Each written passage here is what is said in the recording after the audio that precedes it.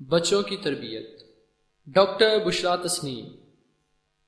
بچوں کی تربیت ایک غمگین مسئلہ ہے جو ہر دور کے والدین کے لیے اہمیت کا حامل رہا ہے۔ خصوصاً آج کے دور میں مسلمان والدین کے لیے بچوں کو اسلامی خطوط پر تربیت دینا ایک چیلنج کی حیثیت رکھتا ہے۔ اس چیلنج کا سامنا کرنے کے لیے والدین کا خود تربیت یافتہ ہونا، خصوصاً ماں کے لیے ایک عظیم ماں ہونا لازمی امر ہے، کیونکہ عظیم مائیں ہی عظیم بچوں کو پروان چڑھا سکتی ہیں۔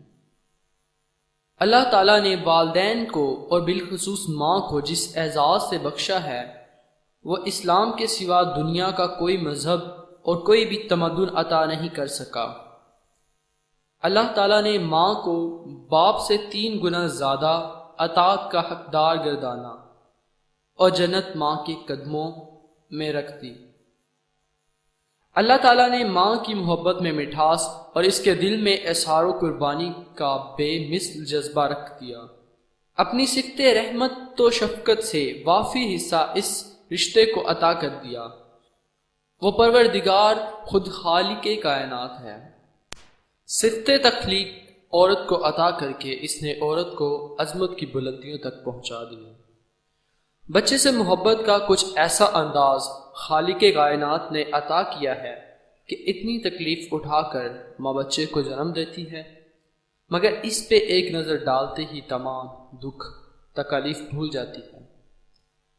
یہ اللہ تعالیٰ کی شان رحمت ہے کہ شادی سے پہلے ہر لڑکی بچوں کو پیار کرتی ہے اور ہر چھوٹا بچہ اس کے لیے کشش رکھتا ہے، مگر یہ محبت اور کشش عورت ہونے کے ناطے فطری جذبے تک محدود رہتی ہے۔ ہنستے کھیلتے صاف ستھرے صحت مند بچے ہی متاثر کرتے ہیں۔ گندے، بیمار، ضدی، گندگی سے لتھڑے ہوئے بچے دیکھ کر گھن آتی ہے، مگر یہی نوعمر لڑکی جب تخلیقی مراحل کا حصہ بن کر خود ماں کا درجہ حاصل کر لیتی ہے تو اس کے جذبات اور ممتا کا اندازہ نہیں لگایا جا سکتا۔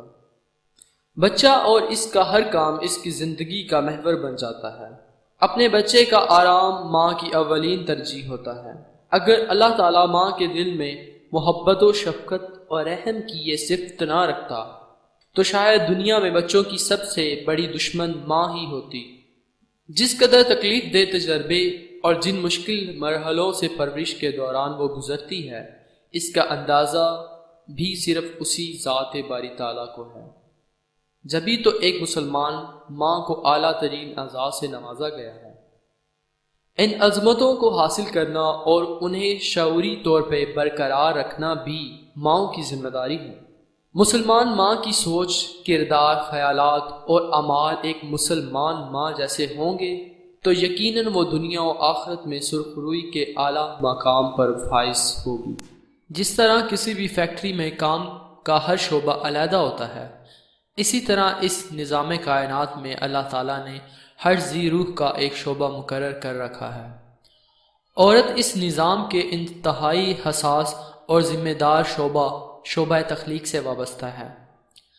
جس طرح اعلیٰ منصب اور ذمہ داری کے اہم شعبے سے تعلق رکھنے والا ہر کارکن فیکٹری میں مالک کے نزدیک خصوصی اہمیت کا حامل ہوتا ہے اور اس کی ذمہ داری کے لحاظ سے اس کو مقام و مرتبہ اور دیگر مراعات ہوتی ہیں، اسی طرح اللہ تعالیٰ نے بھی شعبہ تخلیق کی کارکن یعنی عورت کو عہدے کے لحاظ سے خصوصی اہمیت دی ہے۔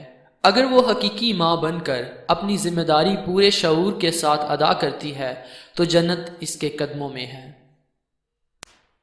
والدین کی ذمہ داری اسی روز شروع ہو جاتی ہے جب وہ رشتہ ازدواج میں منسلک ہوتے ہیں۔ بچوں کی تربیت کے لیے والدین کو بہت سے ادوار اور بے شمار مراحل سے گزرنا پڑتا ہے۔ والدین اور اولاد کا تعلق کبھی نہ ٹوٹنے والا اور ختم نہ ہونے والا تعلق ہے۔ یہ دنیا و آخرت دونوں میں ایک دوسرے کے لیے باعث فخر و انبساط بھی ہو سکتا ہے اور باعث رنج و ندامت بھی۔ امت مسلمہ جن مشکلات بھرے دور سے گزر رہی ہے، اس میں ضرورت اس بات کی ہے کہ مسلمان انفرادی اور اجتماعی طور پر اپنی ذمہ داریوں کا احساس کریں۔ گزشتہ غلطیوں اور کوتاہیوں کی تلافی کرنے کے لیے عزم نو کے ساتھ نئی نسل کی آبیاری کریں۔ اس ویران کھیتی کو زرخیز اور باثمر بنانے کے لیے جذبہ ایمانی اور مکمل فہم و شعور کے رحمت بھرے بادلوں کی ضرورت ہے۔ اللہ تعالیٰ نے امت مسلمہ میں کبھی زرخیزی کا عنصر کم نہیں کیا، محض توجہ علی اللہ کی ضرورت ہے، انفرادی اور اجتماعی طور پر۔ اگر امت مسلمہ کے ہر گھر سے ایک بچہ بھی اسلام کے انسان مطلوب کی صورت میں نصیب ہو جائے تو آئندہ 1-2 عشروں میں ہی اسلامی انقلاب برپا ہو سکتا ہے۔ اس خوش نصیبی کو پانے کے لیے ایک ٹھوس منصوبہ بندی کی ضرورت ہے۔ باطل نے مسلمان کو مسلمان نہ رہنے دینے کی ایک طویل مدت منصوبہ بندی سے کام لے کر آج ہمیں تباہی کے دہانے پر پہنچا دیا ہے۔ اس تباہی سے بچنے کی یہی صورت ہے کہ اپنے افکار و اعمال کو بدلا جائے۔ طویل المیعاد منصوبہ اور تطہیر و افکار و اعمال ہی وہ بنیادی عنصر ہیں جو کسی بھی فرد یا قوم کے مقدر کو سنوار سکتا ہے۔ اس لیے لازم ہے کہ وہ خوش نصیب جوڑے جو خود کو باشعور مسلمان گردانتے ہیں اپنی ذمہ داری کو زیادہ سنجیدگی سے نبھانے کا عہد کریں اور نئی نسل کی اسلامی خطوط پر تربیت کر کے قوم کی تعمیر نو میں اپنا حصہ لگائیں اور ایک مہم کے طور پر ہر مسلمان کو اس کی اہمیت کا شعور دلائیں۔ رشتہ ازدواج کے لیے نیک نیتی سے ایسے ساتھی کا انتخاب کرنا چاہیے جو عقل و فہم کے ساتھ ساتھ دل و نگاہ کے لحاظ سے بھی مسلمان ہو۔ اگر ایک ساتھی دینی فہم و شعور کے لحاظ سے کم ہے تو اس کی کمی کو پورا کرنے کی کوشش کرتے رہنا چاہیے۔ کسی بھی مرد و عورت کی عملی زندگی کا آغاز نکاح سے ہوتا ہے، پھر باقی پوری زندگی میں دونوں نسل نو کی فلاح و بہبود کے لیے وقف ہو جاتے ہیں۔ گھر ایک ایسا ادارہ ہوتا ہے جہاں ہر دو کو اپنی اپنی ذمہ داریاں باہم مل کر ادا کرنی ہوتی ہیں۔ کسی مرحلے میں عورت کی ذمہ داریاں زیادہ ہیں اور کہیں مرد کی، اور اس میں مختلف مراحل طے کرنا پڑتے ہیں۔ پہلا مرحلہ نکاح زوجین کا باہمی تعلق۔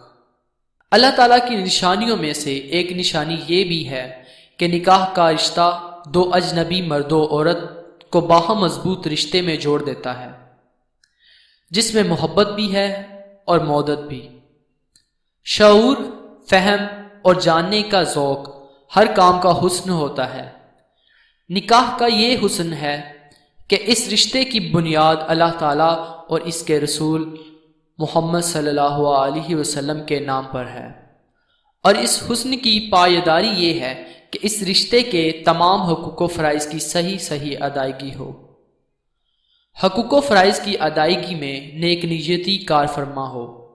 بد نیتی وہ زہر ہے جو ہر اچھے سے اچھے کام کو عیبدار بنا دیتی ہے، بلکہ ہرے بھرے پھلدار باغ کو راکھ کا ڈھیر بنا دیتی ہے۔ مرد کی طرف سے حق مہر کی ادائیگی نہ کرنا اللہ کے حکم کی نافرمانی ہے۔ زوجین کو اپنے اپنے حقوق و فرائض کا کتاب و سنت کی روشنی میں پورا شعور ہونا چاہیے، اور اس کے لیے والدین کو چاہیے کہ وہ شادی سے پہلے بچوں کو اللہ تعالیٰ اور اس کے آخری رسول صلی اللہ علیہ وسلم کی تعلیمات سے بخوبی آگاہ کریں۔ شادی پہ بے جان اخراجات کرنا اور مطالبات اٹھانا خلاف سنت ہے۔ سب سے زیادہ بابرکت نکاح وہ ہے جس میں اخراجات کم ہوں اور حقوق کی ادائیگی بروقت ہو۔ حقوق کی ادائیگی میں کسی رقم یا اشیاء کی اہمیت نہیں ہوتی۔ حکم الہی کی اطاعت سکون اور روشنی عطا کرتی ہے۔ باہم عزت نفس کی پاسداری دلوں کو جوڑنے کا ذریعہ ہے۔ زوجین کا باہمی تعلق۔ میاں بیوی کا باہم تعلق ایک دوسرے کے لیے لباس کا ہونا چاہیے، معنوی طور پر بھی، باطنی اور روحانی طور پر بھی۔ زوجین کا باہم رشتہ محض صنفی جذبات کی تسکین کا ذریعہ ہی نہ سمجھا جائے۔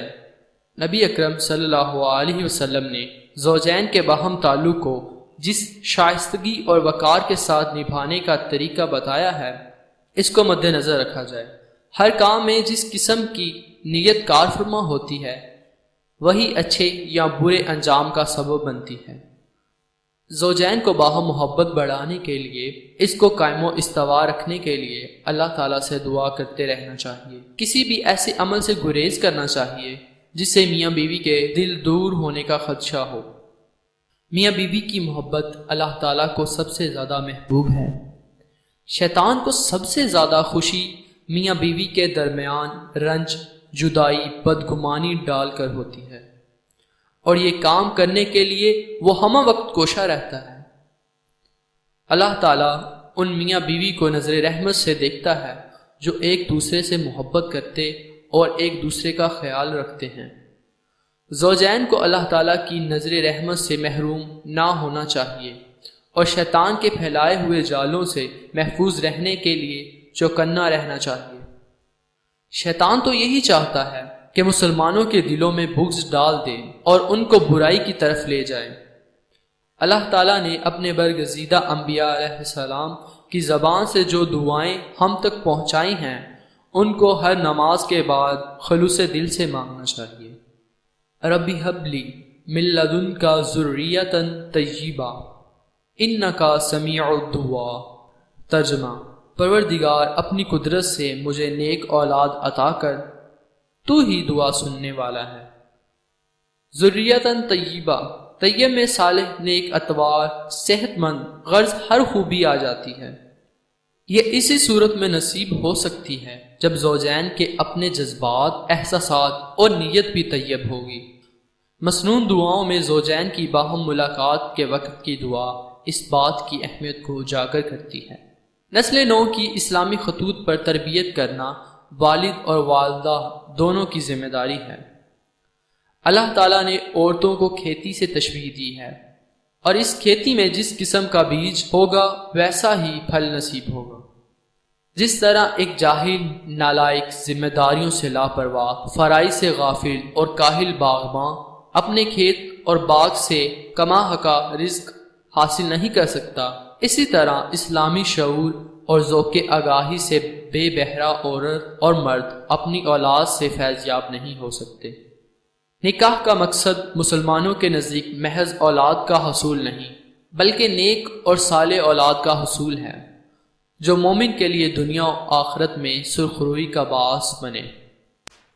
دوسرا مرحلہ، پیدائش سے پہلے اور بعد۔ عورت کے لیے بچے کی پیدائش سے پہلے کا زمانہ ایک سخت تکلیف دہ مرحلہ ہوتا ہے۔ وہ مختلف ذہنی، نفسیاتی اور جسمانی تبدیلیوں سے گزرتی ہے۔ ہر بچہ اللہ تعالیٰ کی طرف سے انسانیت کے لیے ایک پیغام ہے۔ کوئی نہیں جانتا کہ کون سا بچہ والدین کے لیے باعث سعادت اور معاشرے کے لیے باعث رحمت ہوگا۔ ہر آنے والا بچہ دنیا میں اپنے حصے کا رزق اور مقدر لے کر آتا ہے۔ بچوں کی پیدائش پہ دل میں تنگی محسوس کرنا، چاہے وہ کسی بھی سوچ کے ساتھ ہو، نرم سے نرم الفاظ میں اللہ تعالیٰ سے بغاوت ہے۔ بچے کا تعلق ابتدائی دنوں سے ہی ماں کے ساتھ قائم ہو جاتا ہے۔ وہ ننھا سا خلیہ محض ایک جرثومہ نہیں، بلکہ ایک مکمل شخصیت کا نقطۂ آغاز ہوتا ہے، اور وہ اپنی ماں سے خاص نسبت رکھتا ہے۔ تخلیق کا عمل اللہ کا ایک کھلا کرشمہ ہے۔ ایک معمولی خلیے کا 6 سے 10 پاؤنڈ کے انسان میں تبدیل ہو جانا بلا شبہ ایک حیرت انگیز عمل ہے۔ تخلیق کے عمل سے گزرنے والی عورت پر اللہ تعالیٰ کی شکر گزاری لازم آتی ہے کہ خالق کائنات نے اشرف المخلوقات کی تخلیق کے لیے اسے منتخب کیا ہے۔ حاملہ خاتون کو حسن نیت اور خوش اسلوبی کے ساتھ اس ڈیوٹی کو انجام دینا چاہیے۔ ایک سچی مسلمان عورت یہ زمانہ مصیبت سمجھ کر نہ گزارے، بلکہ ان تکالیف کو اسے خندۂ پیشانی سے برداشت کرنا چاہیے۔ اس زمانے میں وہ اللہ تعالیٰ کی خصوصی نظر رحمت میں ہوتی ہے۔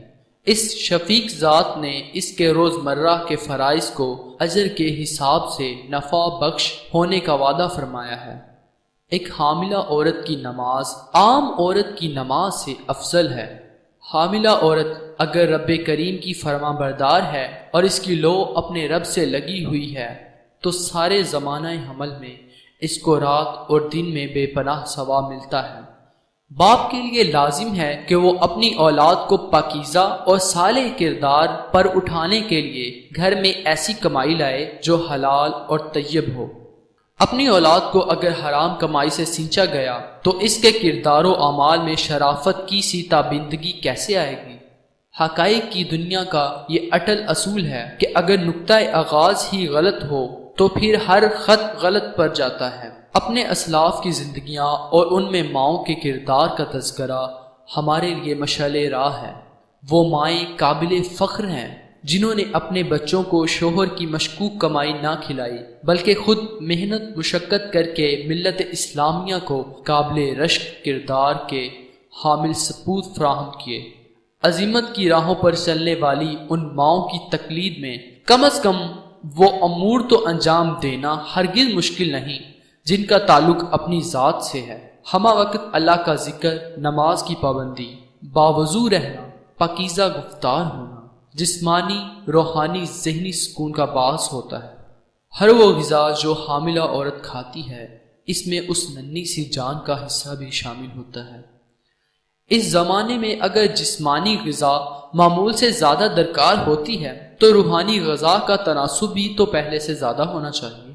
جب اللہ تعالیٰ گوشت کے بے جان لوتھڑے میں جان ڈالتا ہے تو فرشتے کو بھیجا جاتا ہے کہ وہ معلوم کرے تخلیق کے مراحل سے گزرنے والی عورت اپنے بچے کے لیے کیا طلب کر رہی ہے، اس کو اپنے تخلیق کردہ شاہکار کو سنوارنے کی فکر بھی ہے یا نہیں۔ اگر ماں اپنے ہونے والے بچے کے لیے دنیا مانگ رہی ہو تو وہ اس کا مقدر ہے، دنیا و آخرت مانگ رہی ہو تو اللہ کے پاس کسی چیز کی کمی نہیں، اس کے خزانوں میں کبھی کمی واقع نہیں ہوتی۔ مدت حمل میں بچہ ماں سے خوراک ہی حاصل نہیں کرتا بلکہ ماں کی افسردگی، بے چینی، بیماری، بے آرامی کا بھی اس پر اثر ہوتا ہے۔ اس زمانے میں وہ کیا سوچتی ہے، کن مصروفیات میں گھری رہتی ہے، اس کا دل کن جذبوں سے آراستہ ہے، بچے کی شخصیت اسی کام پر ہوتی ہے۔ مختلف سائنسی مطالعوں سے یہ بات ثابت ہوئی ہے کہ ماں کی مصروفیات سے جنین اثر لیتا ہے۔ ماہرین نفسیات سفارش کرتے ہیں کہ والدین اپنے آئندہ بچے کو جیسا کچھ بنانا چاہتے ہیں ماں کو اسی کی طرح یکسو رہنا چاہیے۔ جس لائن پہ لگانا چاہتے ہیں، جس مضمون یا فن کا ماہر بنانا چاہتے ہیں، ماں کو بھرپور اسی کی طرف توجہ دینی چاہیے اور ویسے ہی ماحول میں رہنا چاہیے۔ ایک مسلمان ماں اپنے بچے کو نمائندہ مسلمان بنانا چاہتی ہوگی تو وہ ضرور ان سب امور کا خیال رکھے گی۔ بزرگان دین کی مائیں اکثر و بیشتر قرآن پاک کو ہر وقت ورد زبان رکھتی تھی۔ آج بھی ایسی مثال مل سکتی ہے کہ جب ماں نے مدت حمل میں ہر وقت قرآن پاک کی تلاوت سنی، خود بھی ورد زبان بنایا اور ایک ہی قاری کی زبان، لب و لہجے میں کثرت سے قرآن سنا تو اس کا اثر یہ ہوا کہ نومولود قرآن کی تلاوت کو حیرت انگیز دلچسپی سے سنتا ہے اور جب قرآن سیکھنے کی عمر ہوئی تو حیرت انگیز طور پر بہت جلد سیکھ گیا۔ ایک ذمہ دار اور حساس مسلمان ماں وہ ہے جو زمانہ حمل میں متقی خواتین کی صحبت سے فیض یاب ہو، قرآن و حدیث کا بکثرت مطالعہ کرے، قرآن پر غور و فکر کرے اور درس و تدریس میں وقت گزارے، اپنی دیگر ذمہ داریوں کو بھی اللہ تعالیٰ کی رضا کے لیے انجام دے۔ یہ آزمائی ہوئی بات ہے کہ مستقل بنیادوں پر منعقدہ قرآنی کلاسوں میں شامل ہونے والی خواتین نے اس کے بچے کی اعداد میں نمایاں تبدیلی محسوس کی، جو قرآنی کلاسوں میں شریک ہونے کے زمانے میں رحم میں پرورش پا رہے تھے۔ ماں بننے والی عورت کو شعوری کوشش کے ساتھ صبر و قناعت اور قوت برداشت کو اجاگر کرنا چاہیے۔ وہ بنیادی اخلاقی عیب جو انسانی زندگی کو بدصورت بناتے ہیں اور انسانیت کی توہین ہے، مثلا بغض، کینہ، حسد، تکبر اور جھوٹ سے بچنے کی کوشش کرے، بے جان لا یعنی اور غیر ضروری بحث سے گریز کرے، ذکر و تسبیح کو اپنا معمول بنائے۔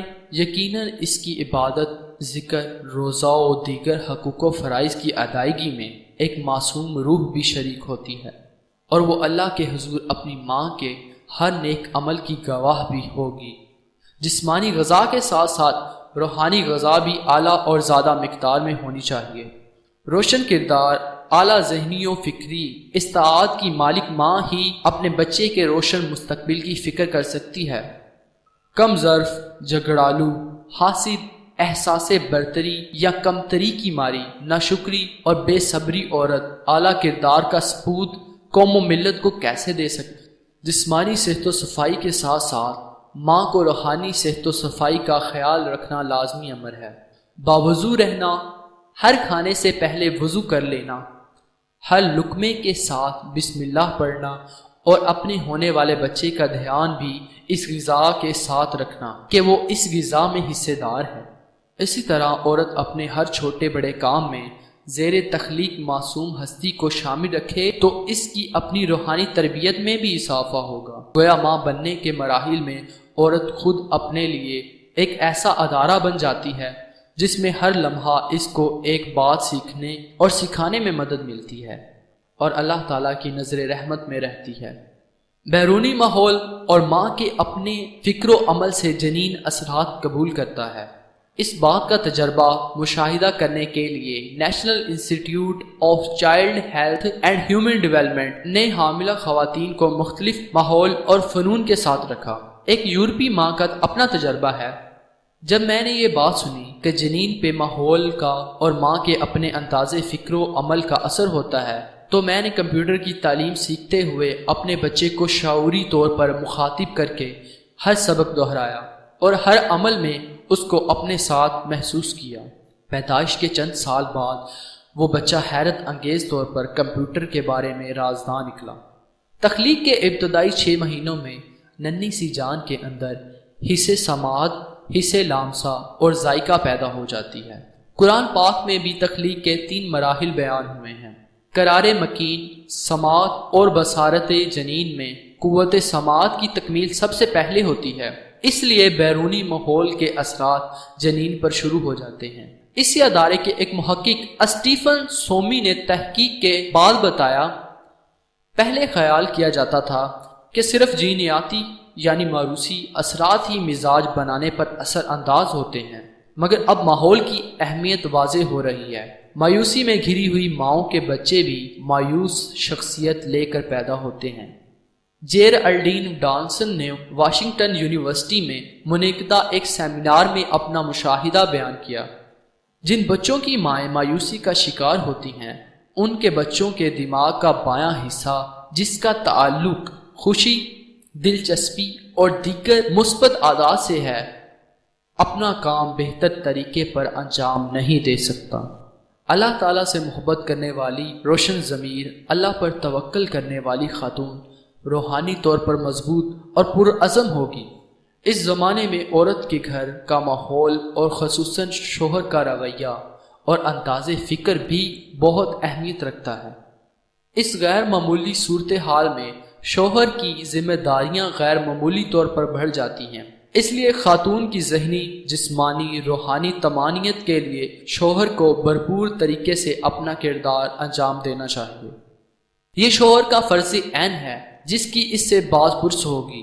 دیگر رشتہ دار اور شوہر ایک نئی ہستی کو دنیا میں لانے کے لیے عورت کو جتنی آسانیاں، آرام، ذہنی اور جسمانی سکون مہیا کریں گے تو وہ بھی لازماً اس کا صلہ اللہ تعالیٰ کے ہاں پائیں گے۔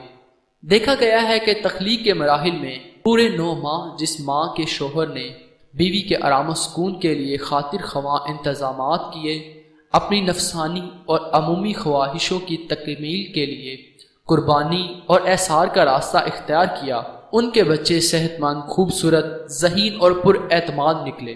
حاملہ خاتون کو کچھ بیماریوں سے حفاظتی ٹیکے اور دوائیاں دی جاتی ہیں تاکہ خاتون اور اس کا بچہ بیماریوں سے محفوظ رہے۔ بالکل اسی طرح کچھ روحانی بیماریوں سے بچاؤ کے بھی حفاظتی اقدامات کرنے چاہیے۔ ہر عورت اپنے عیب و محاسن کا جائزہ لے اور جو عیوب انسان کی زندگی کو عیبدار بناتے ہیں ان سے بچنے کے لیے مکمل توجہ کے ساتھ کوشش کرے، جس طرح رمضان میں اہتمام کرنے کی کوشش کی جاتی ہے۔ اگر جسمانی بیماریوں کا علاج ضروری ہے تو اخلاقی بیماریوں کا سدباب بھی تو ہونا چاہیے۔ تیسرا مرحلہ ولادت، رضاعت، ابتدائی چند سال۔ نومولود اللہ کی نشانیوں میں سے ایک ہے۔ اللہ تعالیٰ نے عورت کو بچہ جننے کی تکلیف برداشت کرنے پر بے حساب اجر و ثواب کی بشارت سنائی ہے۔ اگر ایمان و یقین کی کھیتی شاداب ہو اور اس پورے عمل کو اللہ اور رسول کی رضا کا وسیلہ سمجھا جائے تو پھر درد کی ہر لہر کو برداشت کرنے پر بے حد ثواب ملتا ہے۔ اگر مسلمان عورت زچگی کے دوران زندگی کی بازی ہار جائے تو شہادت کا رتبہ پائے گی۔ نو مولود لڑکا ہو یا لڑکی، خوشی کا اظہار فطری ہے۔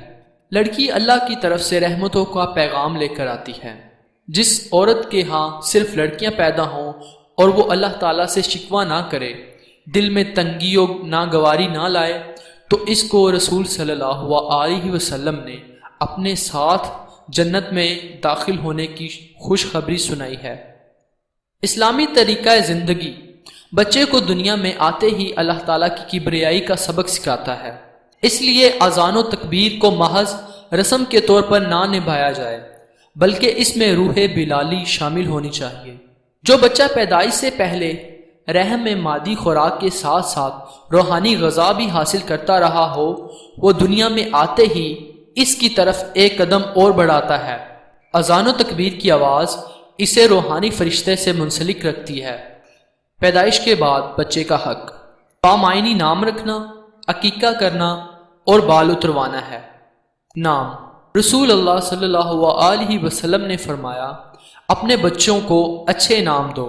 عبداللہ اور عبد الرحمن اللہ تعالیٰ کے پسندیدہ نام ہیں۔ انبیاء علیہ السلام کے ناموں پہ بچے کا نام رکھنے کی تلقین کی گئی ہے، یا پھر معنی کے لحاظ سے پسندیدہ، بامعنی، خوبصورت، خوشی، کامیابی، سکون و وقار والے ناموں کا اہتمام کرنا سنت نبوی صلی اللہ علیہ وسلم ہے۔ حضور اکرم صلی اللہ علیہ وسلم نے بعض ناپسندیدہ ناموں کو بدل دیا تھا۔ خود حضور صلی اللہ علیہ وسلم کا یہ طریقہ تھا کہ کسی بھی مہم پر صحابہ کرام رضی اللہ تعالی عنہ کو بھیجتے تو کامیابی اور خوشی کے معنی والے نام کے صحابی کو منتخب کرتے تھے۔ بچے کا نام ہی اس کی پہچان ہے۔ نام ہی کسی بھی انسان کی پہلی ذاتی ملکیت ہوتی ہے جو ہر کسی کو بے حد پیاری ملکیت لگتی ہے۔ غرض یہ کہ والدین کو اپنے بچے کی تربیت کی پہلی اینٹ صحیح اور مناسب جگہ پر رکھنی چاہیے۔ روحانی و نفسیاتی طور پر نام کے اثرات ہی شخصیت کا حصہ ہوتے ہیں۔ لڑکی یا لڑکے کا نام جو بھی منتخب کیا جائے، اس کو پورے شعور کے ساتھ دل کی گہرائی سے احساس کرتے ہوئے پکارا جائے کہ یہ نام نہیں، حقیقت میں ایک دعا ہے، ایک آرزو ہے، تمنا ہے، آئیڈیل ہے جس کو پانا ہے۔ عبداللہ ہے یا عبد الرحمن، وہ اللہ کا بندہ بن کر رہے۔ ابو بکر، عمر ہے یا عثمان و علی، عائشہ ہے یا اسما فاطمہ ہے یا کسی اور صحابی رضی اللہ تعالی عنہ یا بزرگ کے نام جیسا نام ہے، تو اس اعلیٰ شخصیت کو اپنے بچے میں دیکھنے کی تمنا اور دعا لیے ہوئے پکارا جائے۔ تمام رشتہ دار خصوصاً والدین جب اپنے بچے کو پکاریں گے اور ہمیشہ دل سے وہ دعا کی صورت میں اظہار ہوگا، اور کسی بھی خوبصورت معنی والے نام کو جب لکھا بولا جائے گا، دعا کا خزانہ دل کی گہرائیوں سے نچھاور ہوگا۔ اللہ تعالیٰ کی رحمت کے ساتھ امید کی جا سکتی ہے کہ بچہ روشن شخصیت کا حامل ہوگا۔ اس لیے بچوں کو پیار ہی پیار میں بے معنی ناموں سے پکارنے سے اجتناب کرنا چاہیے۔ یہ اسلام کے نظام تعلیم و تربیت کا حصہ ہے کہ شروع دن سے بچے کو اس کے نام کی مناسبت کا احساس دلایا جائے اور اس شخصیت کو خصوصاً آئیڈیل کے طور پر پیش کیا جاتا رہے۔ اگر ماں کو اس شخصیت کے بارے میں تفصیلی علم ہوگا اور اس کی زندگی کے واقعات معلوم ہوں گے تو ہر معاملے میں بچے کی رہنمائی کی جا سکے گی۔ غرض کے بچے کے قلب و ذہن میں یہ راسخ ہو جانا چاہیے کہ اس نے خود کو اس میں بامسمہ بنانا ہے۔ رضاعت پیدائش کے فوراً بعد ہر جاندار مخلوق کا نو مولود اپنی ماں کی طرف کشش رکھتا ہے، چاہے اس کو انڈوں سے ظہور ہو یا رحم مادر سے۔ دودھ پلانے والے جانداروں میں مشاہدات کرنے والے اس نتیجے پر پہنچے ہیں کہ بچہ اپنی ماں کو اور ماں اپنے بچے کو ایک دوسرے کی بو سے پہچانتے ہیں۔ انسانی بچے کو بھی اللہ تعالیٰ نے پیدائش کے وقت بہت کم قوت بینائی عطا کی ہوتی ہے، اور نوزائیدہ بچہ کافی عرصے تک 1 فٹ فاصلے سے زیادہ نہیں دیکھ سکتا۔ اس لیے پیدا ہونے کے بعد وہ اپنی ماں کو چھاتی کی بو سے پہچاننا شروع کرتا ہوگا۔ عام مشاہدہ ہے کہ ننھا بچہ کسی اور عورت کا دودھ پینا پسند نہیں کرتا۔ دودھ پلانے کے دوران ماں اور بچے کا تعلق مضبوط ہوتا ہے۔ ماں اور بچے کی برقی لہریں ایک دوسرے کو توانائی اور سکون مہیا کرتی ہیں۔ قدرت نے نوزائیدہ شیر خوار بچے کی ساری کائنات ماں کی گود اور ماں کے دودھ سے وابستہ کر دی ہے۔ بچے کو شروع سے ہی ماں کا قرب نصیب ہونا چاہیے۔ آج کل بچے کو ہسپتالوں میں ماں سے دور نرسری میں رکھا جاتا ہے، جس سے ماں اور بچہ ایک دوسرے کی مخصوص بو اور تعلق سے محروم ہو جاتے ہیں۔ اللہ تعالیٰ نے ماں کو 2 سال تک دودھ پلانے کی ہدایت کی ہے۔ یہی 2 سال کا عرصہ بچے میں تعلیم حاصل کرنے کی قوت اور ذہنی دباؤ برداشت کرنے کی صلاحیت کو بڑھا سکتا ہے۔ اگر کسی مجبوری کی بنا پر ماں اپنا دودھ نہ پلا رہی ہو تو فیڈر سے دودھ پلانے کے لیے بھی ماں اپنے بچے کو گود میں لے کر سینے سے لگا کر پلائے۔ اللہ تعالیٰ نے دودھ پلانے والی ماں کو خصوصی اجر سے نوازا ہے۔ جو مسلمان عورت اپنے بچے کو دودھ پلاتی ہو، اللہ تعالیٰ اسے ایک ایک قطرے کے بدلے ایک نیکی عطا کرتا ہے۔ بچہ رات کو بھوک سے روئے اور ماں اپنی نیند کی قربانی دے کر پوری محبت اور خوش دلی سے دودھ پلائے تو فرشتے اس کو جنت کی بشارت دیتے ہیں۔ ہمارے لیے قابل تقدیر بزرگوں کی مائیں اپنے بچوں کو باوضو ہو کر دودھ پلاتی تھیں، ساتھ ساتھ کانوں میں کوئی بہترین کلام اور آیات الہی لوری کی صورت میں سناتی تھیں۔ بے شک سماعت کو اللہ تعالیٰ نے سب سے پہلے قابل تاثیر بنایا ہے اور سماعت کی قوت کو پہلے پیدا فرمایا، اور قرآن پاک میں آنکھ اور دل سے پہلے سماعت کا ذکر فرمایا گیا ہے۔ محاسبے کے متعلق فرمایا، سورہ بنی اسرائیل، ان السمع والبصر والفؤاد کل اولئک کان عنہ مسئولا۔ ترجمہ، یقیناً آنکھ، کان اور دل سب ہی کی باز پرس ہوگی۔ بعض لوگوں کا مشاہدہ ہے کہ نوزائیدہ بچے کو 40 دن کے اندر اندر قرآن پاک کی تلاوت سنا دی جائے تو اس کے بہت سے مثبت اثرات سامنے آتے ہیں۔ اس زمانے میں بچہ زیادہ تر سویا رہتا ہے، ماں بھی اکثر کاموں سے فارغ ہوتی ہے اور زیادہ تر بچے کے قریب ہی رہتی ہے۔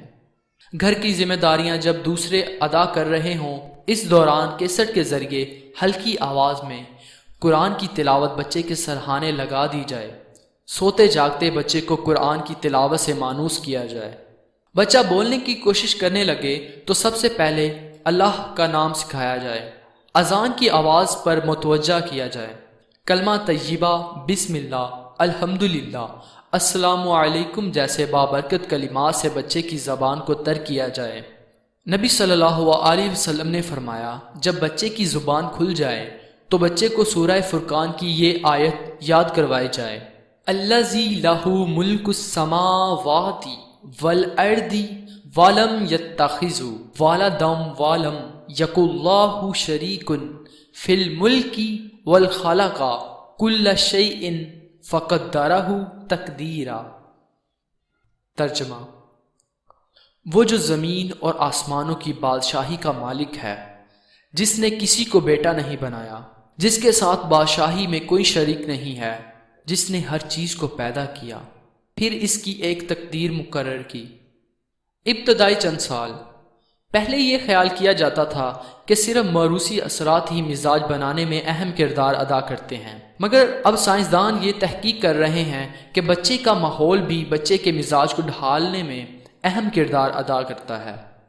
ایک عصبیاتی تحقیقات یعنی نیورولوجیکل سٹڈیز کی روشنی میں national institute of child health and human development کے اسٹیفن سومی نے ثابت کیا ہے کہ نوزائیدہ بچے کے دماغ کے خلیات میں سائناپسز شروع کے چند ماہ میں 20 گنا بڑھ جاتا ہے، اور 2 سال کی عمر کے ایک بچے میں ایک بڑے آدمی کے مقابلے میں یہ سائناپسز دگنے ہو جاتے ہیں۔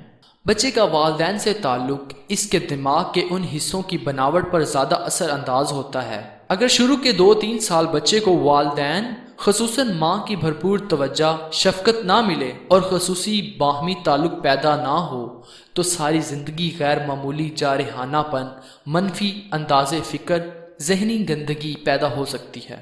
ماں اور بچے کے درمیان ہر عمر میں قربت قائم رہنی چاہیے۔ بچہ چند دن کا ہو، چند سال کا یا جوان، حتیٰ کہ جوانی کی حد سے نکل جانے والے بچے بھی ماں کی گود میں سر رکھ کر سکون محسوس کرتے ہیں۔ اللہ تعالیٰ نے ماں کی قربت میں ایک انمول کشش رکھ دی ہے جو کبھی ختم نہیں ہوتی۔ جو مائیں اپنی سستی، کوتاہی یا کسی مجبوری کی بنا پر ہی صحیح اپنے بچوں کے ساتھ ایسا تعلق پیدا نہیں کر سکتی، ان کے بچے ساری عمر ماں کی محبت میں کمی اور تشنگی کو محسوس کرتے ہیں۔ نبی صلی اللہ علیہ وسلم نے فرمایا، بچپن کے تجربات پتھر پر لکیر ہوتے ہیں۔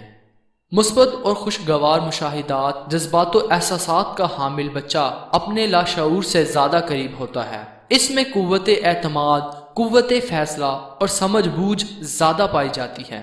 دماغ کے ماڈل کو دیکھنے سے پتہ چلتا ہے کہ دماغ کے پہلے حصے شروع کے 3 سال کی عمر میں مکمل ہو جاتے ہیں۔ کارٹیکس کے وہ حصے جو احساس و حرکت سے تعلق رکھتے ہیں، ان میں سب سے زیادہ تبدیلیاں آتی ہیں۔ ان حصوں پر لمبک حصے کی طرح بچپن میں مشاہدات اور اثرات کا سب سے زیادہ اثر ہوتا ہے۔ فرنٹل کارٹیکس، جس کا تعلق پلاننگ اور قوت فیصلہ سے ہوتا ہے، اور سیریبلم، جو حرکت کا مرکز ہے، جزیات سے تعلق رکھتے ہیں۔ یہ حصے 7 سال کی عمر تک نہیں بڑھتے۔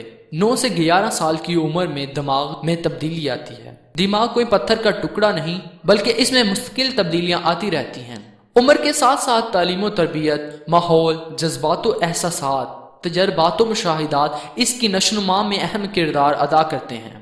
عمر بڑھنے کے ساتھ ساتھ دماغ کے پہلے سے بہتر مطالبات ہوتے ہیں، گویا انسانی مشینری ہمہ وقت اور بھرپور توجہ کی متقاضی ہے۔ یہ کوئی جامد چیز نہیں کہ بس ایک لگے بندھے طریقے سے چلتی رہے گی۔ دنیا میں آنکھ کھولنے کے بعد بچے کو اچھا انسان اور بہترین مسلمان بننے کے لیے بہترین ماحول چاہیے۔ شخصیت کی صحت مندانہ نشوونما کے لیے ایک صحت مند تصور ذات اسے والدین اور اہل خانہ ہی فراہم کر سکتے ہیں۔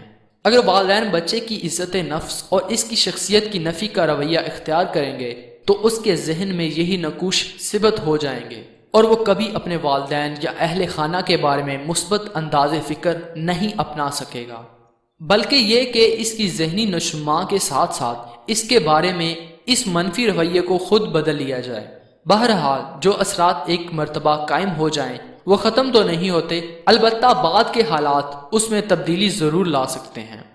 حضور صلی اللہ علیہ وسلم نے فرمایا، ہر بچہ دین فطرت پر پیدا ہوتا ہے، لیکن ماحول اسے یہود و نصارہ بنا دیتے ہیں۔ اس کی سادہ سی مثال یہ ہے کہ ایک پانی کا چشمہ اپنی فطری بہاؤ کے ساتھ فطری راستے پر بہہ رہا ہو، اگر اس راستے میں کوئی رکاوٹ کھڑی کر دی جائے تو پانی فطری راستے کی بجائے مختلف اطراف میں بہنا شروع کر دے گا۔ بچے کے ذہن میں مثبت طرز فکر پہچانتے رہنا چاہیے۔ بظاہر یہ معلوم ہوتا ہے کہ چھوٹا سا بچہ شاید ہماری بات نہیں سمجھ رہا، مگر وہ اس کے ذہن میں ریکارڈ ہوتی جاتی ہیں، اور جب جہاں جس طرح وہ بات کارآمد ہو، ذہن وہاں منتقل کر دیتا ہے۔ چند سال کا بچہ جب ذرا سمجھدار ہو جاتا ہے تو وہ ایک چھوٹا سا سائنسدان ہوتا ہے۔ گھٹنوں کے بل چلنے کی عمر سے لے کر 3-4 سال تک وہ ہر نئی شے تک پہنچنے اور پرکھنے کی جستجو میں لگا رہتا ہے۔ اپنی ذہنی استعداد کے مطابق بہت کچھ خود ہی سیکھ اور سمجھ لیتا ہے۔ یہ وہ ذہنی استعداد ہے جو رحم مادر سے لے کر باہر کا ماحول اسے فراہم کرتا ہے۔ اس کا لاشعور تربیت پا چکا ہوتا ہے، وہ شعوری طور پر اس کا اظہار کرنا چاہتا ہے تاکہ اگلے مرحلے میں وہ مزید اپنے ذہن کی نشوونما کر سکے۔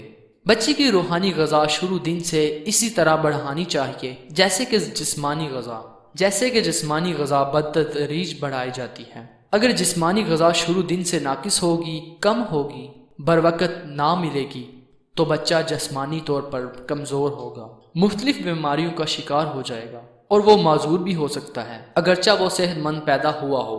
بلکہ اسی طرح شروع دن سے روحانی غذا پر وقت نہ ملے گی، نامکمل اور ناقص ہوگی تو بچہ روحانی طور پر کمزور، بیمار اور شاید معذور ہوگا۔ جس طرح حاملہ عورت کو کچھ بیماریوں سے بچاؤ کے حفاظتی ٹیکے لگانا ضروری سمجھا جاتا ہے، اسی طرح روحانی بیماریوں سے بچنے کے لیے بھی پیدائش سے پہلے حفاظتی اقدامات کرنے ہوں گے، اور پیدائش کے بعد بھی ان کا علاج کرنا ہوگا۔ اور وہ نیت کی درستگی، فرائض کی ادائیگی میں پابندی، قلب و نگاہ کو شعوری مسلمان بنانے کے علاوہ اور کیا ہے؟ ہم اپنے بچوں کی صحت کے بارے میں تو فکر مند رہتے ہیں کہ اس کا رنگ کیوں پیلا پڑ رہا ہے، اسے بھوک کیوں نہیں لگ رہی، اسے نیند کیوں نہیں آتی، پھر ہم اپنی استطاعت کے مطابق اچھے ڈاکٹروں سے اس کا علاج معالجہ کراتے ہیں۔ لیکن عجیب بات یہ ہے کہ ہم اپنے اسی بچے کی اخروی زندگی اور خود اس زندگی میں روحانی اور تہذیبی ترقی کے لیے ویسے فکر مند نہیں ہوتے۔ اس میں پائی جانے والی کمی کے لیے کسی اچھے دانشمند اور نیک سیرت انسان سے رجوع نہیں کرتے۔ جس طرح اپنے بچے کی جسمانی صحت کے بارے میں لاپرواہی برا فعل ہے، اسی طرح بچے کی روحانی زندگی سے لا تعلقی بھی نہایت غلط اقدام ہے۔ جسمانی غذا اور روحانی غذا کے ساتھ ساتھ جسمانی اور روحانی لباس کی بھی بڑی اہمیت ہے۔ جسمانی لباس بچے کو عمر، موسم اور حالات کے لحاظ سے پہنایا جاتا ہے۔ چند دن کے بچے کو چند سال کے بچے کی خوراک اور چند سال کے بچے کو ایک نوجوان بچے کی خوراک دینا مناسب نہیں۔ جس طرح چند دن کے بچے کا لباس چند سال کے بچے کو اور کسی نوجوان کو چند سال کے بچے کا لباس زیب نہیں دیتا اور نہ عقل اس کو قبول کرتی ہے، اسی طرح روحانی لباس یعنی تقوی کا لباس بھی عمر، موسم، حالات اور ذہنی استعداد کے مطابق ساتھ ساتھ تیار کرتے رہنا ضروری ہے۔ بلکہ تقوی کا لباس و خوراک اس سے بھی زیادہ حکمت عملی اور احتیاط کا متقاضی ہے۔ بچہ بہت جلد اپنے والدین کی خوشی اور ناراضگی کو محسوس کرنے لگتا ہے۔ ماں بھی بچے کو سمجھانے کی خاطر اسے باپ کی ناراضگی کا احساس دلاتی ہے یا اس کے خوش ہونے کی وجہ بتاتی ہے کہ کس کام سے ابو ناراض اور کس سے خوش ہوں گے۔ اسی طرح شروع ہی سے بچے کے دل میں اور دماغ میں اللہ تعالیٰ کی محبت اور خوشی کا احساس دلانا چاہیے کہ اللہ تعالیٰ کس قدر مہربان اور ہر چیز وہی عطا کرنے والا ہے۔ بچے کو احساس دلایا جائے کہ وہ محبت کرنے والی ہستی باری تعالیٰ ناراض ہو جائے تو پھر سب ناراض ہو سکتے ہیں، کیونکہ اللہ تعالیٰ ہی سب کے دلوں میں یہ خیال ڈالتا ہے کہ بچے سے محبت کی جائے، پیار کیا جائے، اس کو اچھی چیزیں لا کر دی جائیں۔ بچے کے دل میں یہ یقین بٹھا دیا جائے کہ اگر اللہ تعالیٰ کوئی چیز دینا چاہے تو وہ مل سکتی ہے، اس لیے اللہ کو ہمیشہ راضی اور خوش رکھنے کے لیے ہر اچھا کام کرنے کا جذبہ بچے کے ذہن، قلب اور سانسوں تک میں اتار دیا جائے۔ اللہ تعالیٰ کی محبت کو خوشبو کی طرح بچے کے دل میں بٹھا دیا جائے۔ اللہ تعالیٰ کی ذات کا تعارف مہربان، شفیق، پیار کرنے والا، ہر چیز سے آگاہ اور واحد لا شریک کے طور پر کرایا جائے۔ بچے کی شخصیت کا خاکہ بن جانے کے لیے پہلے 5 سال اہم ہیں، باقی عمر اس خاکے میں رنگ بھرتے رہنا ہے۔ کسی بھی عمارت میں بنیادوں کی جو اہمیت ہوتی ہے، عمر کے ابتدائی 5 سال کی حیثیت بھی ویسی ہی ہے۔ سفید اور کورے کپڑے پر جو رنگ چڑھ جائے وہ ساری عمر باقی کے رنگوں میں اپنی جھلک دکھاتا رہے گا۔ خارجی ماحول اور عارضی حالات بچے کو کسی وقت بدل بھی دیں، اس تبدیلی میں یہ ابتدائی عمر کے احساسات ضرور اپنا حصہ محفوظ رکھیں گے۔ یہ عمر انسان کے عیوب و محاسن کی نشاندہی کر دیتی ہے۔ اس کے بعد تعلیم و تربیت، ماحول اور حالات یا تو عیوب کو اجاگر کرتے چلے جاتے ہیں یا محاسن کو، اور اسی کے مطابق دماغی نشوما ہوتی چلی جاتی ہے۔ مسلمان ماؤں کے لیے بچے ہی ان کے امتحانی پرچے ہیں۔ جس کے جتنے بچے ہیں اس کے اتنے ہی پرچے ہیں، اور انہی پرچوں کے نتیجے پر ان کی دنیا و آخرت کی کامیابی کا دار و مدار ہے۔ ان پرچوں کا نتیجہ بھی خود اللہ تعالیٰ نے تیار کرنا ہے۔ کامیاب ہونے پر انعام سے نوازنا ہے، اور انعام بھی کیا ہے؟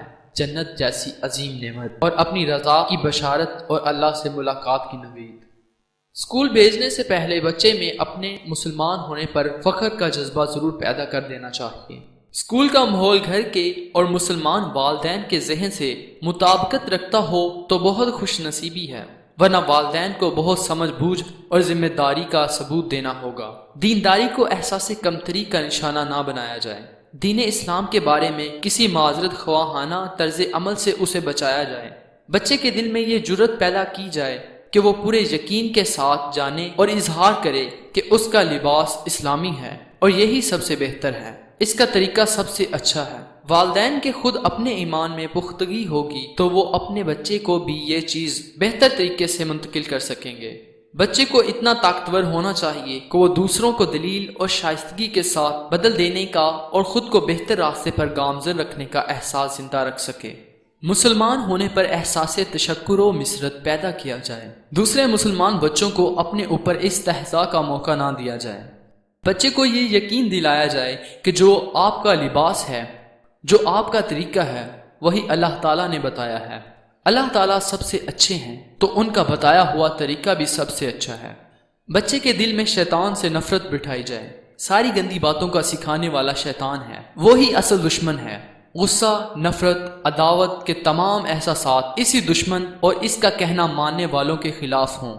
والدین کا اپنا طرز عمل بچوں کے لیے سب سے بڑا استاد ہے۔ بچے خاموشی سے اس طرز عمل کو دیکھتے اور اس پر عمل کرتے ہیں۔ اپنے بچوں کو دوستوں کے ساتھ گفتگو کرتے یا آپس میں کھیلتے اور پلاننگ پر غور کرتے ہوئے دیکھنے سے معلوم ہوتا ہے کہ وہ اپنے والدین، رشتہ داروں اور استادوں سے حقیقت میں کیا سیکھ رہے ہیں، اور کہتی ہے تجھ کو خلق خدا غائبانہ کیا کی حقیقت بھی سمجھ میں آ جاتی ہے۔ چوتھا مرحلہ، نماز کی پابندی کیسے کرائی جائے۔ ایک مسلمان گھرانے کا ماحول بچے کو 1-1.5 سال کی عمر میں رکوع و سجود، اذان اور نماز سے آشنا کر دیتا ہے۔ گھر کا ماحول نمازی ہوگا تو بچہ لاشعوری طور پر اس کو اپنی زندگی کا ایک جزو سمجھے گا۔ کے لیے دوا اور دعا کا اہتمام نکاح کے رشتے میں جڑنے کے ساتھ ہی شروع ہو گیا تھا، لازماً اللہ تعالیٰ ایسے ماں باپ کے لیے آسانیاں فراہم کرے گا۔ نماز جتنی اہم عبادت ہے، شیطان کو اس کی پابندی اتنی ہی گراں گزرتی ہے۔ وہ نماز کو مشکل ترین کام بنا کر مسلمانوں کو رب سے دور کرنا چاہتا ہے، اسی لیے نفس پہ اس کی ادائیگی گراں گزرتی ہے۔ والدین کو چاہیے کہ وہ خود اپنی نمازوں کی حفاظت کریں، بے شک نماز بے حیائی اور برے کاموں سے روکتی ہے۔ مرد حضرات خود باجماعت نماز کی پابندی کریں، لڑکوں کو مسجد میں محبت اور شفقت سے لے جائیں۔ ننھے لڑکے کو مسجد سے محبت، انس اور تعلق پیدا کروانا چاہیے۔ جس طرح بچہ باپ کے ساتھ باہر جانے اور کچھ حاصل کرنے کے شوق میں خوشی خوشی بازار جاتا ہے، بالکل اسی طرح مسجد میں جا کر خوشیوں کے حصول اور کچھ پا لینے کی آرزو پیدا کی جائے۔ اللہ تعالیٰ سے محبت اور شکر گزاری کے جذبات پیدا کرنا والدین کی ذمہ داری ہے۔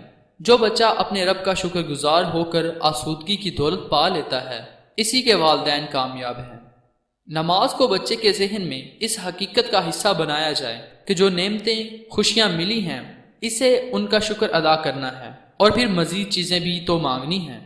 بچے کو روزمرہ کی ننھی منھی آرزوئیں اپنے رب کے سامنے پیش کرنے کا سلیقہ سکھایا جائے۔ ہر مشکل کام میں اسے اللہ سے مدد مانگنے کا، اللہ سے قربت کا احساس دلایا جائے۔ نماز کی پابندی کروانے کے سلسلے میں یہ ضروری ہے کہ اسے ابتدا میں یعنی 3 سال کی عمر ہی سے ضرور اپنی نماز ادا کرنے کے دوران اپنے ساتھ رکھا جائے۔ دن میں 5 مرتبہ نماز کی ادائیگی اس کی آنکھوں کے سامنے اور شعور کے اندر رچ بس جائے۔ اسی عمر سے نماز کے کلمات یاد کروانا شروع کر دیے جائیں۔ جتنے بھی کلمات ترجمے کے ساتھ یاد ہو جائیں، انہی کے ساتھ نماز کی ادائیگی شروع کروائی جائے۔ لڑکے تو مسجد میں جا کر رکوع سجود کرنے کے عادی ہو جاتے ہیں، لڑکیوں کو بھی گھر میں اس کی مکمل پہچان کروائی جائے۔ شروع میں بچے کو ایک نماز اور وہ بھی صرف فرض کی عادت ڈالی جائے، اور یہ فجر کی نماز ہے۔ بچہ چاہے جس وقت بھی سو کر اٹھے، اسے معلوم ہو جائے کہ اٹھنے کے بعد پہلا کام نماز کا ہوتا ہے، پہلے وضو اور نماز، پھر ناشتہ۔ صبح اپنے رب کے حضور حاضری کا تصور اس کے لازمی معمولات کا حصہ بن جائے۔ یہ عمل 1 سال تک جاری رکھا جا سکتا ہے، پھر پوری نماز فجر کی فرض و سنت کے ساتھ پابندی کرائی جائے۔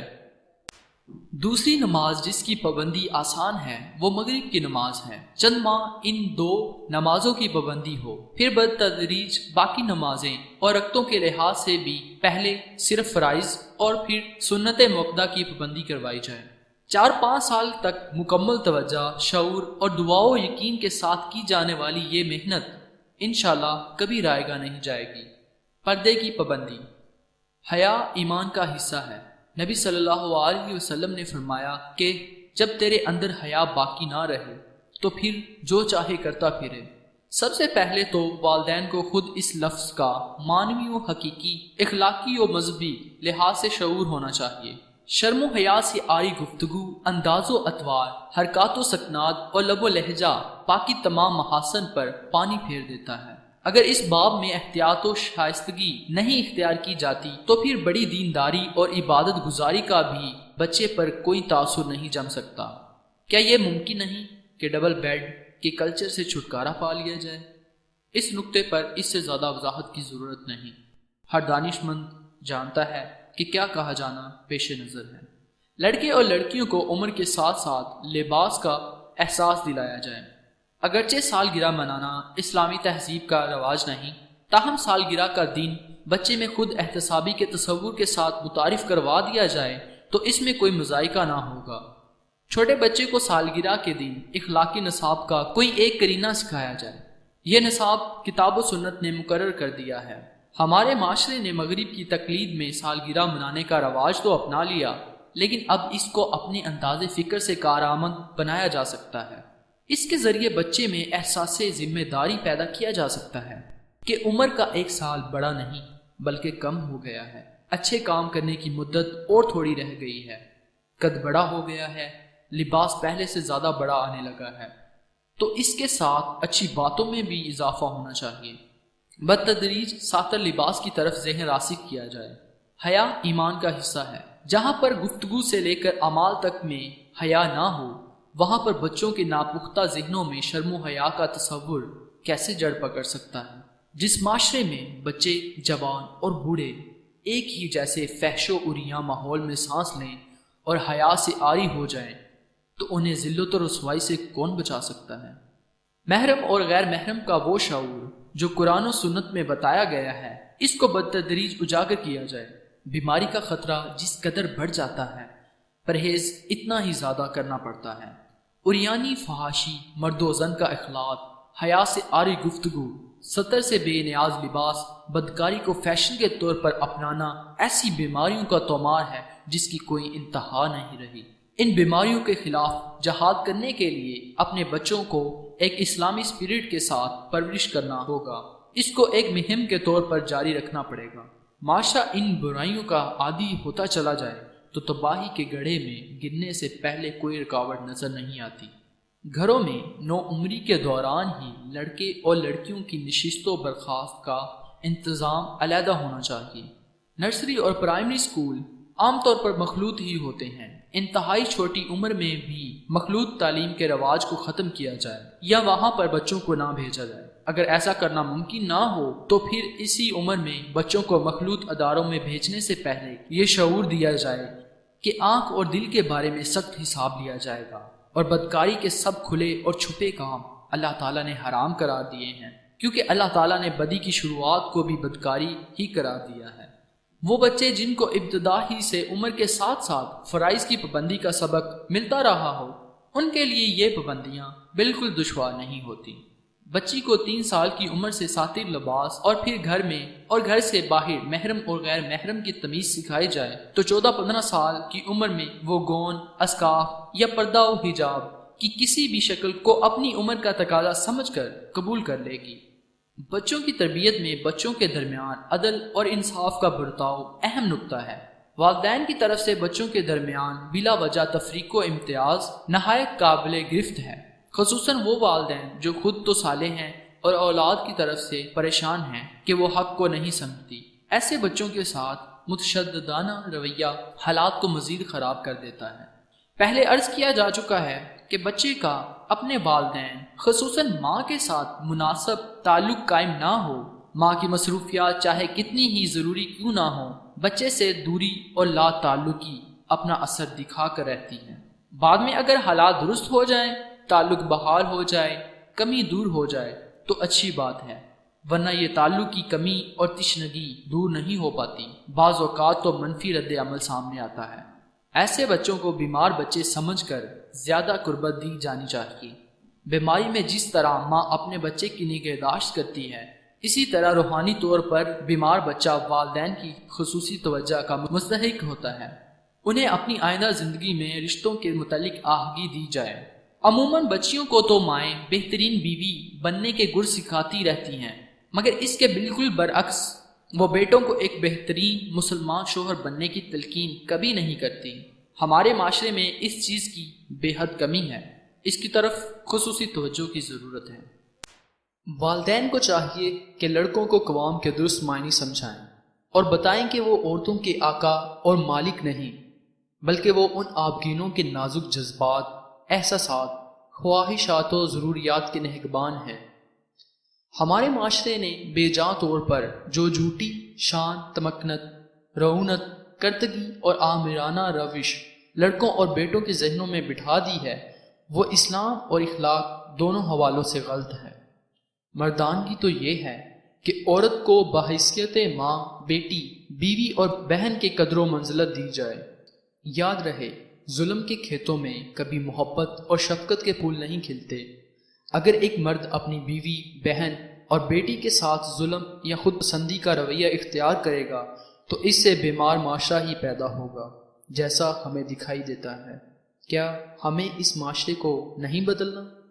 مائیں اپنی اولادوں کو سب سے پہلے مسلمان ہونے کا اور پھر کسی رشتے یا شعبہ زندگی سے تعلق کا شعور دیں۔ ہر مسلمان بیٹی ایک مسلمان بہن، مسلمان بیوی اور مسلمان ماں ہو۔ لڑکے بھی ہر رشتے میں مسلمان ہونے کا احساس بیدار رکھیں اور اپنے کاروبار زندگی میں پہلے مسلمان بنیں، پھر اس کے بعد ڈاکٹر، انجینئر یا جو بننا چاہے بنیں۔ عمومی سیرت و کردار کی پختگی۔ بچوں سے اپنا تعلق یعنی قلبی و ذہنی تعلق مضبوط کرنے کے لیے گھر میں قرآن و سنت کی ہفتہ وار مجلس رکھی جائے۔ ضروری نہیں کہ اس میں خشک اور یبوس زدہ ماحول ہی ہو۔ خوشگوار ماحول کے ساتھ علمی و ادبی گفتگو اور مسائل پہ تبادلہ خیال ہو۔ بچوں کے آپس میں تنازعات پہ افہام و تفہیم ہو۔ بچوں کو دوسروں کی طرف سے صرف اپنی تعریف سننے کا عادی نہ بنایا جائے۔ وہ بچہ جو صرف اپنی تعریف سننا چاہتا ہو، تنقید، محاسبہ یا نصیحت سنا گوارا نہ کرتا ہو اور دوسروں کی اخلاقی برتری برداشت نہ کرتا ہو، وہ کبھی اپنے کردار کو خوب سے خوب تر نہیں بنا سکتا۔ عمر کے ساتھ ساتھ یہ عادت اپنے لیے بھی اور دوسروں کے لیے بھی باعث تکلیف و آزار بن جاتی ہے۔ بچوں میں اس بات کا شعور ہونا چاہیے کہ غلطی کی سزا ملنا عدل ہے اور حوصلہ افزائی کے لیے اچھے کام پہ انعام دینا بچوں کا حق ہے۔ والدین بچوں کی بہت سی عادات کو کھیل کود کی عمر کہہ کر نظر انداز کرتے رہتے ہیں، مگر بالغ ہو جانے پر ایک دم ان کو احساس ہوتا ہے کہ یہ تو غلط راہ پہ جا رہا ہے، پھر وہ راتوں رات ان کو ہر لحاظ سے معیاری درجے پر دیکھنا چاہتے ہیں۔ یہی ناسمجھی کی بات ہے۔ بچے کی پرورش، تعلیم و تربیت ہر سال، ہر دن، ہر لحظہ کی ختم نہ ہونے والی منصبی ذمہ داری ہے۔ مغربی تہذیب میں بلوغیت کی عمر کے بعد بچوں کو توجہ کے قابل تو کیا، گھروں میں رکھنے کے قابل نہیں سمجھا جاتا۔ اس غلطی کا خمیازہ وہ تہذیب بھگت رہی ہے۔ اسلام نے اولاد اور والدین کا تعلق دنیا سے لے کر آخرت تک قائم رکھا ہے۔ وہ دونوں جہانوں میں ایک دوسرے کا قرب پا کر ہی تکمیل پائیں گے۔ خود مختاری، اظہار رائے میں آزادی، معاشی طور پر خود کفیل ہونا، سماجی طور پر اپنا مقام بنانا، اپنی شریک زندگی کے بارے میں اپنی رائے رکھنے جیسے انفرادی حقوق اسلام نے عطا کیے ہیں، مگر اجتماعیت کا جو تصور اسلام نے دیا ہے اس میں حسن بھی ہے، تکمیل بھی اور اعتدال بھی۔ حقیقت میں کسی بھی کام اور چیز میں اعتدال ہی اس کا حقیقی حسن ہے۔ 14 سے 16 اور 18 سے 22 سال تک کی عمر نئی جہتیں سامنے لاتی ہے۔ اس عمر میں والدین کی اپنے بچوں کے ساتھ دلی وابستگی سب سے زیادہ اہمیت رکھتی ہے۔ جس طرح زمین کے اندر بیج ہر قسم کے موسم اور مصائب و آلام سے گزر کر ایک پھلدار درخت بنتا ہے، اس درخت کو پہلے سے زیادہ حفاظت کی ضرورت ہوتی ہے۔ اس کے ثمرات کو سمیٹنا اور آئندہ کی منصوبہ بندی کرنا ہی عقل مندی کی نشانی ہے۔ اسی طرح نوجوان اولاد والدین کے لیے پھلدار باغ ہے۔